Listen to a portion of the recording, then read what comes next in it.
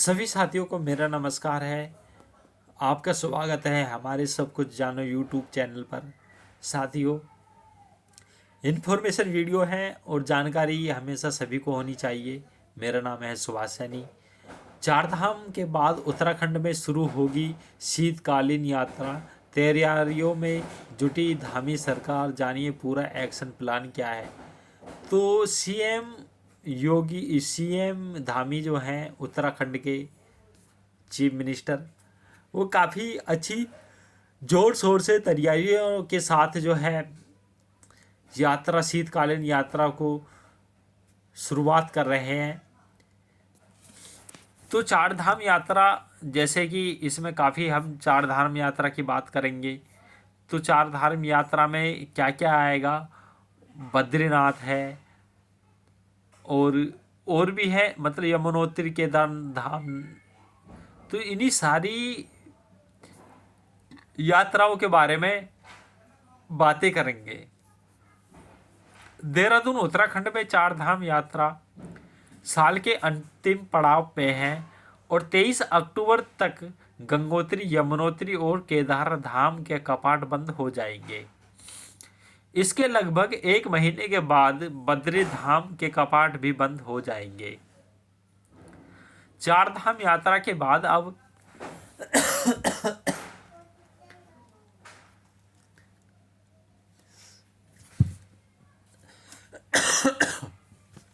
Sorry इसके लगभग एक महीने बाद बद्री धाम के कपाट भी बंद हो जाएंगे। बाद चार धाम यात्रा के बाद अब राज्य की धीमी सरकार ने शीतकालीन चार धाम यात्रा की तैयारी शुरू कर दी है। उत्तराखंड में शीतकालीन यात्रा रोमांच से भरी होती है। इस समय श्रद्धालुओं को भारी बारिश और बर्फबारी के बीच यात्रा करनी पड़ती है। पहाड़ों की ठंड में परीक्षा लेती है। क्या शीतकालीन चार धाम यात्रा का रूट मैप, शीतकालीन चार धाम यात्रा डेस्टिनेशन, इस बार क्या तैयारियां हैं, और आइए आपको बताते हैं। चार धामों में सबसे ज़्यादा श्रद्धालु केदारनाथ पहुंचते हैं। इस साल केदारनाथ धाम के कपाट 23 अक्टूबर को सुबह 8:30 बजे शीतकाल के लिए बंद हो जाएंगे। इस दौरान बाबा केदारनाथ उखी मठ में प्रवास करेंगे। यमुनोत्री धाम के कपाट भी 23 अक्टूबर को बंद हो जाएंगे। गंगोत्री धाम के कपाट 22 अक्टूबर को बंद हो रहे हैं और भगवान बद्रीनाथ धाम के कपाट 25 नवंबर को दिन में 2:56 पर बंद हो जाएंगे। तो ये जो टाइम है, ये एक मुहूर्त टाइम होता है, और जब ये कपाट खुलते हैं तब भी एक मुहूर्त टाइम होता है, उसी समय खुलते हैं। तो पर्यटन सचिव ने कहा है कि इस बार यात्रा में भले ही मानसून सीजन ने अपना पहला बरपाया है लेकिन उसके बावजूद भी चार धाम यात्रा की जोश में कोई कमी देखने को नहीं मिली। पर्यटन सचिव धीराज गर्बियाल ने कहा है कि पूरे सीजन की तकरीबन 59 लाख लोगों ने ज़्यादा में यात्रा के लिए पंजीकरण कराया था। धराली में आई आपदा के दौरान केवल गंगोत्री धाम के उन 2 महीनों को छोड़ दिया जाए जो सभी धर्मों में पिछले साल श्रद्धालुओं में बढ़ोतरी देखने को मिली। अभी भी यात्राओं की संख्या, जो यात्रियों की संख्या है, बढ़ेगी।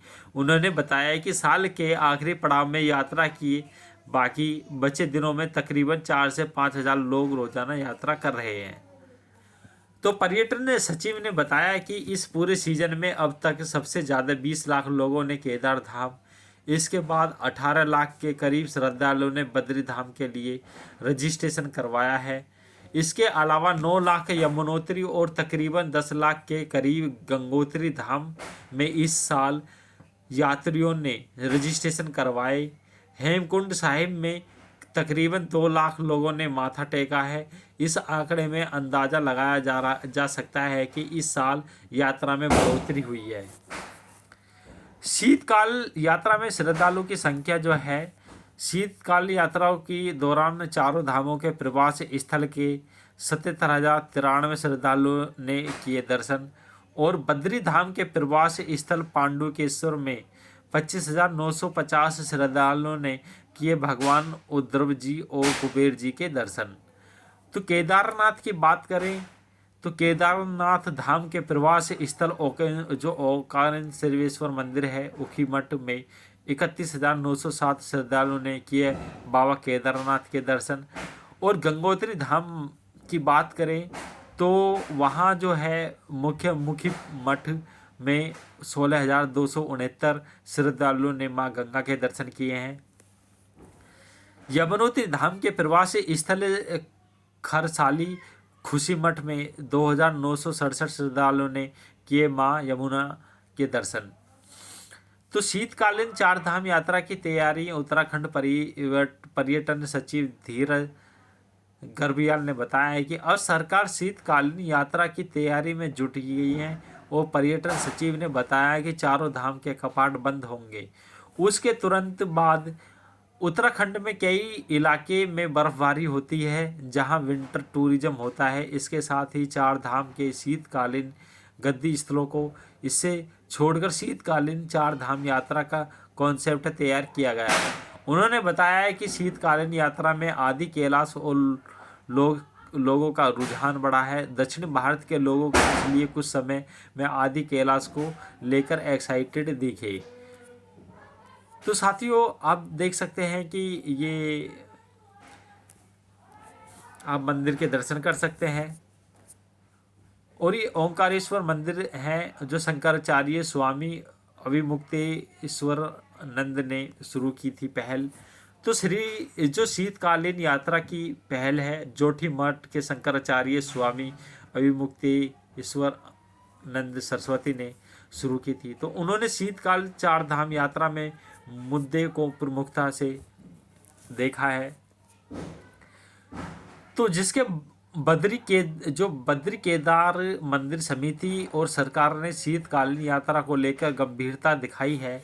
तो साल 2023 में पहली बार शंकराचार्य अभिमुक्तेश्वर नंद ने शीतकालीन चार धाम यात्रा शुरू की थी।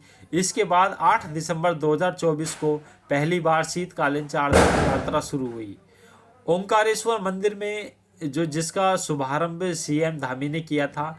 शीतकालीन चार धाम यात्रा के डेकोरेशन शीतकाल में उत्तरकाशी के खरसाली गांव खुशी मठ में मां यमुना की पूजा होती है। उत्तरकाशी जिले में ही भागीरथी नदी के किनारे बसे मुखवा गांव मुखी मठ में मां गंगा की पूजा अर्चना की जाती है। इसी तरह रुद्रप्रयाग जिले के ऊखी मठ स्थित ओंकारेश्वर मंदिर में बाबा केदारनाथ की शीतकालीन पूजा होती है। वहीं चमोली के ज्योतिष मठ के नरसिंह मंदिर में आदि गुरु शंकराचार्य की गद्दी की पूजा होती है। तो उधर के ओम कुबेर जी पांडुकेश्वर में जो पूजा होती है। शीतकालीन यात्रा में इन सभी शीतकालीन प्रवास स्थलों को जोड़ा गया है। साथियों इस तरीके से जो आप मंदिर के दर्शन कर रहे हैं और कितना शीतकालीन मतलब वहाँ की स्थिति अभी से ही होने लग रही है। तो हम बात कर रहे हैं अब 20 अक्टूबर है और 20 अक्टूबर की अपडेट है। और 20 अक्टूबर में जैसी वहाँ बर्फबारी हो रही है आप देख सकते हैं कि खरसाली है। तो शीतकालीन चार धाम यात्रा के फायदे जो शीतकालीन चार धाम यात्राओं में भक्तों को परेशानियां भी कम होती हैं।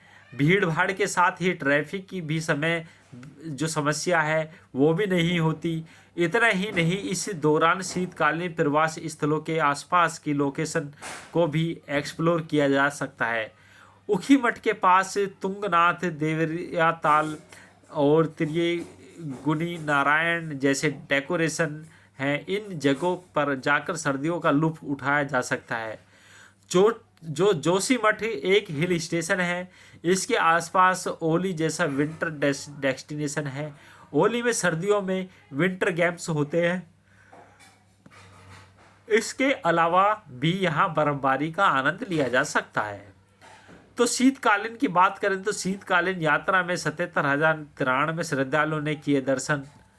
उत्तराखंड पर्यटन विभाग की माने तो शीतकालीन यात्रा 2024 और 2025 के दौरान 77,000 93 श्रद्धालुओं के दर्शन के लिए किए गए हैं। और शीतकालीन यात्रा के दौरान महज 4 महीने में ही GMVN को 12.82 करोड़ रुपए की बुकिंग मिली। ये एक संस्था होगी।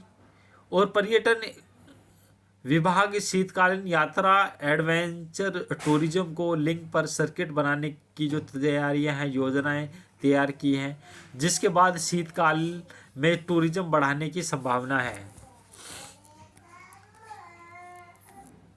साथियों, इमेज के माध्यम से आप देख सकते हैं कि मुखबा मंदिर का जो है दर्शन आप कर सकते हैं। और क्या सरकार, उत्तराखंड सरकार का एक्शन प्लान क्या है, तो इसके बारे में हम समझते हैं कि उत्तराखंड जो सीमित संसाधनों वाला राज्य है, इसके लिए उत्तराखंड सरकार राज्य में 12 महीने पर्यटन पर जोर दे रही है, जिससे राज्य की आर्थिक को बढ़ावा मिल सके और 12 महीने पर्यटन से रोजगार के अवसर भी बढ़ेंगे। तो अभी तक उत्तराखंड में 4 धाम यात्रा, सीजनल टूरिज्म, शराब खनन से ही राजस्व मिलता है। राज्य सरकार उत्तराखंड के अध्यात्म को टूरिज्म से जोड़कर इसे बढ़ावा देने का काम कर रही है। तो मैं ये चाहूँगा कि थोड़ा सा उत्तराखंड गवर्नमेंट से मेरी विनती है कि जिस तरीके से उत्तराखंड से पलायन कर रहे हैं हिंदू धार्मिक, जो हिंदू धर्म के लोग हैं, और वहाँ मुस्लिम लोग काफ़ी